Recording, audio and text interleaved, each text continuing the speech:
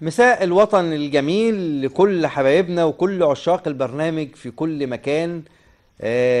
هنيجي دلوقتي مع حضراتكم للقاء، اسمحوا لي ان انا اتوقف قليلا. لقاء سيادة الوزيرة السفيرة نبيلة مكرم اللي عندها روح وعزيمة وإصرار تحسد عليه، وعندها حب للوطن كبير جدا جدا. يعني بتقابل كل الأزمات والمشاكل بابتسامة ثقة إنها هتتحل. احنا من امتى يا جماعة كان يعني في اهتمام كبير جدا بالمواطن المصري، مش المشكلات الجماعية اللي بتحلها، حتى المشكلات الفردية.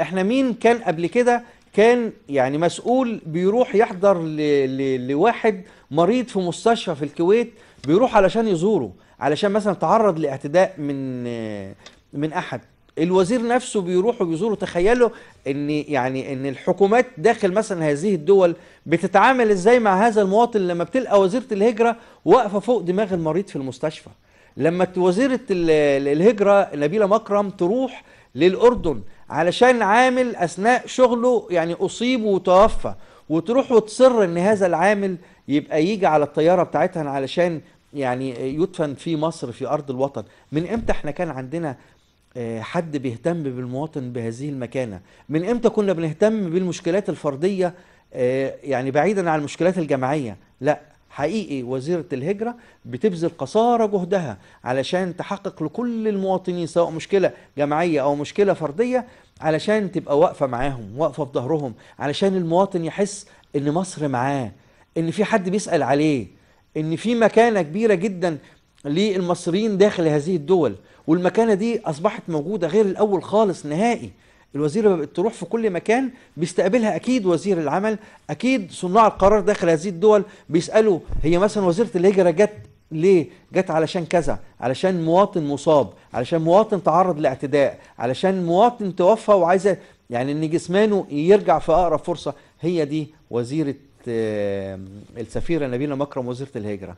هنطلع مع حضراتكم لهذا اللقاء الحصري لبرنامج الطير المسافر، ونشوف لقاء السفيرة نبيلة مكرم قالت ايه، واللقاء طبعا ده لقاء حصري لينا، وشوفوا نهاية اللقاء قالت ايه على برنامج الطير المسافر.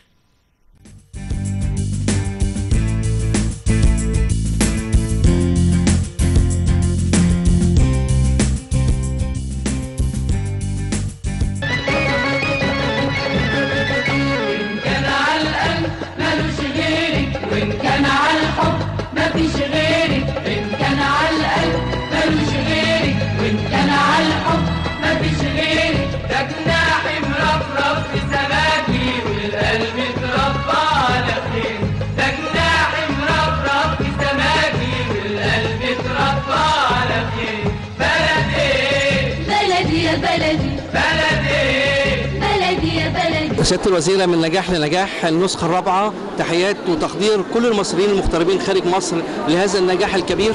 وحقيقي احنا بحكم تعاملنا مع الطبقة البسيطة اللي بتمثل 80% من المصريين اللي بره بنقول لهم تحيات حضرتك ليكي، مصر تستطيع، وزياراتك الميدانية لمريض، لعودة جسمان، لحاجات بسيطة جدا لكن هي كبيرة بالنسبة للمصريين. دي بداية كانت لابد منها، تقدير كبير جدا من المصريين في الخارج لحضرتك. اشكرك، ويعني دايما بؤكد انه بدايه وزاره الهجره كانت للعماله البسيطه، ويعني يمكن الحظ كان يعني ما كانش جيد تماما انه في بعوده وزاره الهجره كان في احداث فرديه كثيره جدا، انما الحقيقه ادت رساله لكل المواطنين في الخارج انه هذه الوزاره جايه عشان تشتغل ليهم وتساعدهم وتبقى ظهرهم في الخارج. انما بالتاكيد ملفات الوزاره بقى يعني طبعا العماله البسيطه، العلماء والخبراء، المرأة، شباب الجيل الثاني والثالث، الحقيقة الكثير والكثير بنحاول ان احنا نجاوب فيه.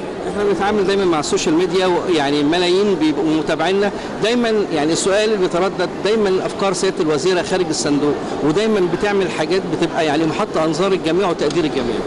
يعني هو توفيق من عند ربنا في الاول وفي الاخر، وبالتاكيد انه الوزاره حضرتك عارف ان هي كانت اتلغت من 20 سنه، فما كانش في ملفات عندي اقدر ان انا يعني اكمل عليها، كنت لازم ابتدي كل حاجه من جديد. عشان ابتدي كل حاجه من جديد كان لابد من التفكير خارج الصندوق.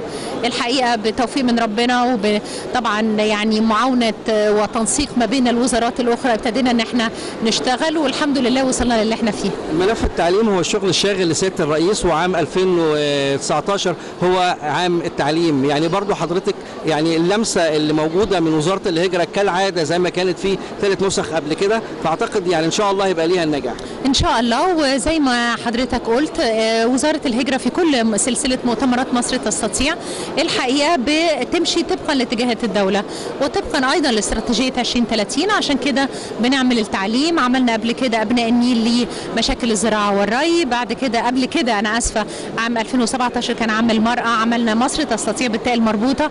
فاذا كل مؤتمر بيبقى ماشي مع اتجاه الدوله. اجمل حاجه يا فندم ان المؤتمر ما بينتهيش بانتهاء الموضوع، ثمرات المؤتمر الاول شغاله لغايه دلوقتي والثاني والثالث، واحنا يعني متابعين حضرتك وكل الناس متابعه ان الموضوع ما بينتهيش بنهايه المؤتمر. بالتاكيد، وهو ده المصداقيه اللي بتدي العلماء والخبراء ان هم يرجعوا مره ثانيه للمؤتمرات الاخرى. لو احنا حسوا انه هذا المؤتمر شو اعلامي وصور وريسبشن وحاجات كده مفيش حد هيجي، انما هم شافوا بيسالوا زملائهم هل فعلا الدوله فتحت ذراعيها، فبالتاكيد اللي حاصل ده بيؤكد على ان الدوله بتفتح ذراعيها وبيحصل فيه انتاج وثمرات كثيره جدا على ارض الواقع. الوصول للقمه سهل لكن المحافظه عليها هو الصعب. ماذا بعد كل المجهود اللي حضرتك اللي عملتيه؟ ماذا بعد زيارتك لمصاب في الكويت؟ ماذا بعد ان حضرتك سافرت الاردن بنفسك عشان ترجعي جسمان مواطن بسيط واصريت ان يرجع في نفس الطياره؟ يعني ماذا بعد كل هذه الاشياء سياده الوزير؟ ملفات المصريين في الخارج ملفات لا تنتهي، وما اقدرش اقول لك ماذا بعد، لانه الحقيقه كل يوم بيبقى عندنا حاجه جديده. انما التحرك السريع والاثبات يعني للمواطن المصري انه مصداقيه هذه الوزاره هو ده بالتاكيد اللي احنا بنحاول ان احنا نؤكد عليه كل مره. اخيرا يا فندم، احنا مشاهدينا يعني بالملايين، وانت عارفه حضرتك برنامج الطير المسافر متابعينه كتير جدا، فيعني ايه الشيء الحصري اللي ممكن نقوله النهارده يعني لكل الساده المشاهدين؟ اولا انا بحييك وبحيي الساده المشاهدين. بالتاكيد انه برنامج الطير المسافر من البرنامج اللي متواصل مع ابنائنا في الخارج وبينقلوا الاخبار بكل صدق وبكل ايجابيه. بحيي حضرتك وفريق العمل. بقول لهم انه وزاره الهجره دي فعلا جايه علشان تلبي الاحتياجات. انا بستمد حتى الطلبات والاحتياجات من برنامج حضرتك، فكل التقدير وكل الاحترام. شكرا يا فندم، كل سنه وانت طيب. وانت طيب.